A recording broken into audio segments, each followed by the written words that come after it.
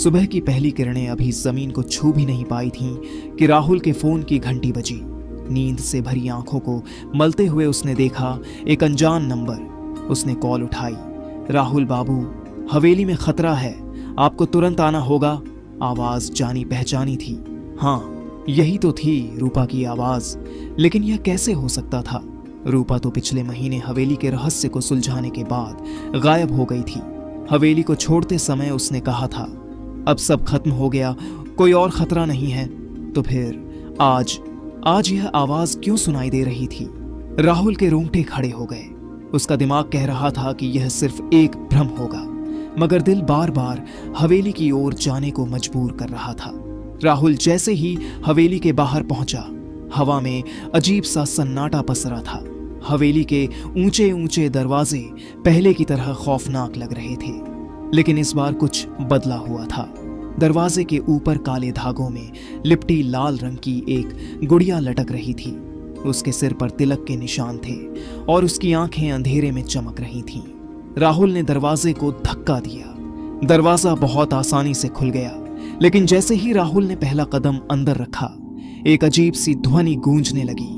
ऐसा लग रहा था मानो कोई धीमी धीमी आवाज में किसी का नाम ले रहा हो। राहुल। पहली रहस्यमयी निशानी। रक्त से भरी घड़ी। हवेली का अंदरूनी हिस्सा बिल्कुल बदल चुका था। फर्श पर धूल की मोटी परत नहीं थी, बल्कि वहां किसी ने नवीन रंगाई पुताई की थी। मगर जो चीज सबसे डरावनी थी वह थी दीवार पर टंगी एक घड़ी, जिसकी सुइयां खून में डूबी हुई थीं। राहुल ने घड़ी को छूने की कोशिश की। जैसे ही उसकी उंगलियां घड़ी के कांच से टकराईं, धड़ाम, घड़ी अचानक नीचे गिर गई और टुकड़े टुकड़े हो गई। लेकिन उसके अंदर से निकला एक पुराना पीला पन्ना, जिस पर कुछ लिखा हुआ था। जब 7वां दरवाजा खुलेगा, तब समय की सीमा टूटेगी। अतीत और वर्तमान एक हो जाएंगे। जो मरा था वह फिर जागेगा। राहुल की धड़कन तेज हो गई। 7वां दरवाजा। हवेली में अब तक सिर्फ 6 रहस्यमयी दरवाजों के बारे में सुना था, तो यह 7वां दरवाजा कौन सा था? दूसरी निशानी। शापित आईना। राहुल हवेली के पिछले हिस्से में पहुंचा, जहां पहले कभी कोई कमरा नहीं था, लेकिन अब वहां एक भारी लकड़ी का दरवाजा था, जिस पर लोहे की कीलें ठुकी थीं। दरवाजे को खोलते ही घड़ाम, अंदर एक बड़ा आईना रखा था, मगर वह आईना कोई साधारण शीशा नहीं था। उसमें राहुल की छवि उल्टी दिख रही थी। अचानक शीशे में एक परछाई उभरी। राहुल बाबू। राहुल का दिल जोर से धड़क उठा। वह परछाई किसी और की नहीं, बल्कि रूपा की थी। राहुल ने घबराते हुए पूछा, रूपा, तुम यहां कैसे? रूपा की परछाई धीरे धीरे हंसने लगी। मैं वही हूं जिसने तुम्हें यहां बुलाया, पर मुझे बचाने नहीं, तुम्हें चेतावनी देने। राहुल का दिमाग सुन्न पड़ गया। तीसरी निशानी। खून से सना दरवाजा। रूपा की परछाई ने इशारा किया और राहुल ने देखा वहां एक दरवाजा था, जिसे किसी ने अंदर से बंद किया हुआ था। दरवाजे पर खून के छींटे थे। राहुल ने दरवाजे को धक्का दिया, मगर वह हिला तक नहीं। रूपा की आवाज आई, तुम्हें इसे खोलने के लिए 7 चाबियां ढूंढनी होंगी। ये चाबियां हवेली में ही छिपी हैं, लेकिन हर चाबी के साथ एक परीक्षा है। पहली चाबी। मौन की गूंज। राहुल हवेली के सबसे पुराने कमरे में पहुंचा। वहां एक पुरानी चारपाई पड़ी थी, जिस पर एक कंकाल बैठा था। कंकाल के हाथ में एक बंद मुट्ठी थी। राहुल ने डरते हुए उस मुट्ठी को खोला। अंदर एक छोटी चाबी थी, मगर जैसे ही उसने चाबी उठाई, पूरा कमरा हिलने लगा। गुड़िया जाग गई है। राहुल ने देखा, दरवाजे पर वही लाल गुड़िया थी, जिसकी आंखों से खून बह रहा था। वह गुड़िया धीरे धीरे बोलने लगी, तुम इसे रोक नहीं सकते। 7वां दरवाजा खुलने वाला है। दूसरी चाबी। छाया का खेल। राहुल को अगली चाबी एक छोटे तहखाने में मिली, लेकिन वहां एक भयानक चीज थी। वहां उसकी खुद की परछाई गायब थी। तभी एक हल्की सी सरसराहट हुई और उसकी परछाई हवा में तैरती हुई सामने आई। परछाई ने कहा, अगर तुम्हें चाबी चाहिए तो तुम्हें अपनी यादों का एक टुकड़ा देना होगा। राहुल समझ नहीं पाया। तभी उसकी जेब से एक पुरानी तस्वीर गिर गई। उसके बचपन की तस्वीर, जिसमें वह अपने माता पिता के साथ था। परछाई हंसी और तस्वीर गायब हो गई। राहुल को एक अजीब सा खालीपन महसूस हुआ। अब उसके पास 2 चाबियां थीं, मगर कीमत चुकानी पड़ी थी। तीसरी चाबी मृतकों की भाषा, अगली चाबी हवेली की पुरानी गुफा में थी। मगर वहां कुछ और भी था, पुराने जमाने की हस्तलिपियां जिनमें किसी अज्ञात भाषा में लिखा था। राहुल को समझ नहीं आया कि यह क्या है। तभी अचानक वह लेखनी खुद ब खुद जलने लगी और राख में से एक आकार उभरने लगा, राहुल का नाम। तभी हवेली में गूंज उठा एक भयानक ठहाका। 7वां दरवाजा खुल चुका है, अब बच नहीं पाओगे। राहुल के पास 3 चाबियां थीं, मगर अब हवेली में कुछ बेहद खतरनाक जाग चुका था। राहुल ने अपनी जेब में तीनों चाबियां कसकर पकड़ लीं। उसे महसूस हुआ कि जैसे जैसे वह इस रहस्य के करीब पहुंच रहा था, हवेली का अंधेरा गहराता जा रहा था। तभी धड़ाम, पीछे से एक दरवाजा अपने आप बंद हो गया। उसने पलटकर देखा, लेकिन वहां कुछ नहीं था, मगर हवा में एक अजीब सी सरसराहट थी, जैसे कोई फुसफुसा रहा हो। आगे मत बढ़ो राहुल बाबू। ये वही आवाज थी रूपा की, मगर अब उसमें एक अजीब सी गूंज थी, जैसे वह हवेली का ही एक हिस्सा बन चुकी हो। राहुल ने खुद को संभाला और सोचा, अगर मैं डर गया तो यह खेल यहीं खत्म हो जाएगा। उसने हवेली की लंबी अंधेरी सीढ़ियों की ओर कदम बढ़ाया। उसे चौथी चाबी ढूंढनी थी। चौथी चाबी खून से सना पुस्तकालय। हवेली में एक पुराना पुस्तकालय था, जिसके बारे में कहा जाता था कि वहां कई सालों से कोई नहीं गया। जब राहुल ने पुस्तकालय का दरवाजा खोला तो अंदर एक पुराने कैंडल स्टैंड में हल्की रोशनी टिमटिमा रही थी। लेकिन जो चीज सबसे ज्यादा खौफनाक थी वह थी मध्य में रखी एक कुर्सी, जिस पर किसी का अक्स बैठा हुआ था। राहुल का दिल जोरों से धड़कने लगा। उसने धीरे धीरे कदम बढ़ाए। खट, एक किताब नीचे गिरी और तभी कुर्सी पर बैठी परछाई अचानक गायब हो गई। राहुल ने देखा, टेबल पर एक खून से सना हुआ पुराना पन्ना पड़ा था, जिस पर लिखा था, जो सत्य खोजता है उसे अपने सबसे गहरे डर का सामना करना होगा। तभी राहुल की आंखों के सामने एक अजीब दृश्य उभरने लगा। उसने देखा, वह अपने बचपन के घर में खड़ा था। सामने उसकी माँ थी, मगर उनका चेहरा घबराया हुआ था। राहुल, कभी भी इस हवेली के पास मत जाना। फिर एक धुंधला दृश्य सामने आया। उसकी माँ किसी से छिपकर कुछ कह रही थी, अगर 7वां दरवाजा खुला तो हम सब खत्म हो जाएंगे। राहुल का सिर चकराने लगा। क्या मेरी माँ को भी इस रहस्य के बारे में पता था? वह जैसे ही पन्ने को छूता, पन्ना जलने लगा और उसकी जगह एक लोहे की चौथी चाबी प्रकट हुई।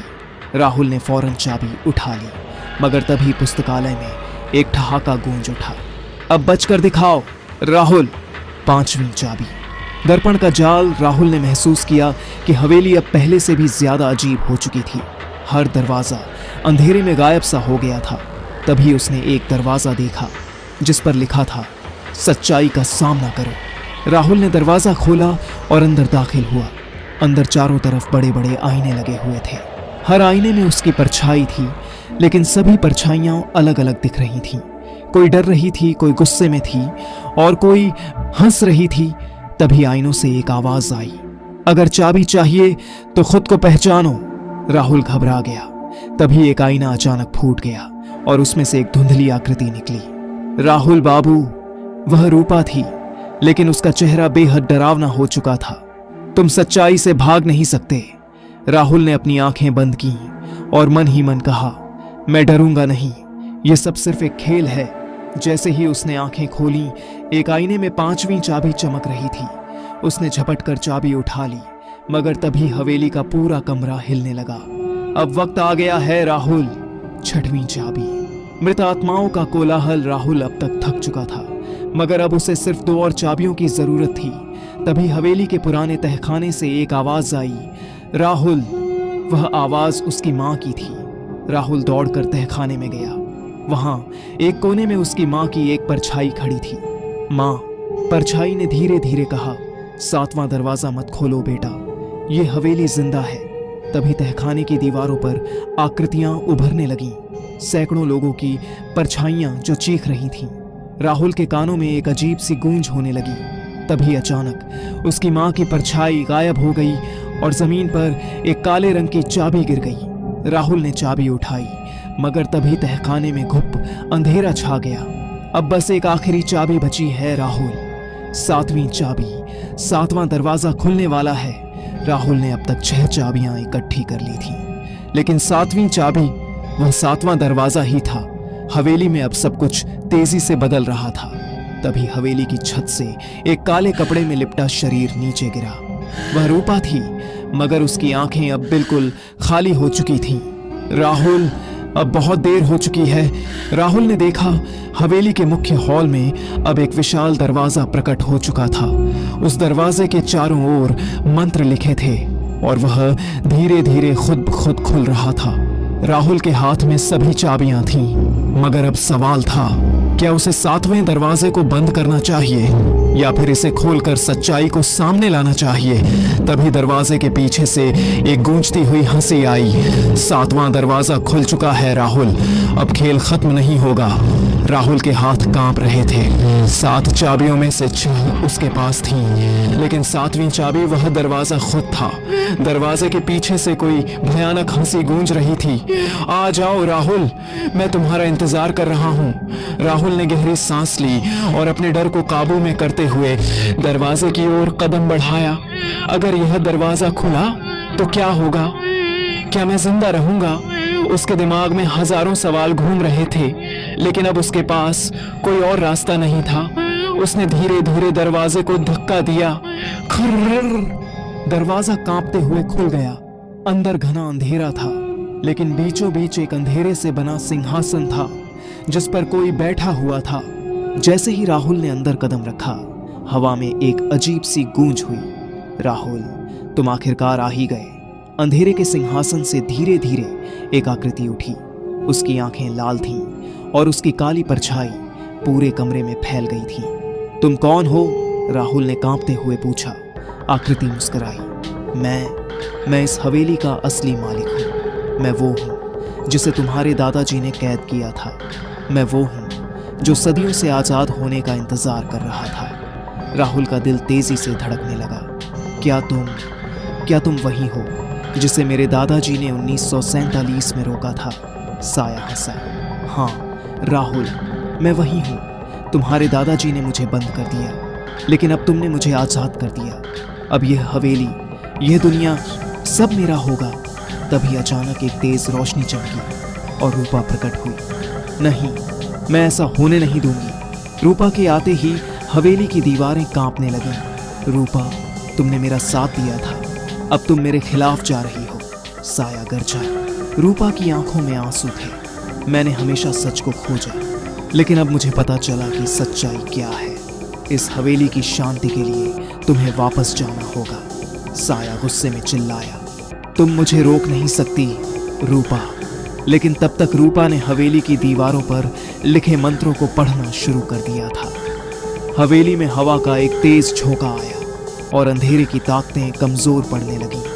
रूपा ने राहुल की ओर देखा। राहुल, तुम्हारे दादाजी ने तुम्हें इसलिए चुना था क्योंकि तुम ही वह व्यक्ति हो जो इसे खत्म कर सकता है। राहुल ने अपनी सारी हिम्मत जुटाई और अंतिम मंत्र पढ़ना शुरू किया। ओम नमः शिवाय, ओम कालचक्राय नमः।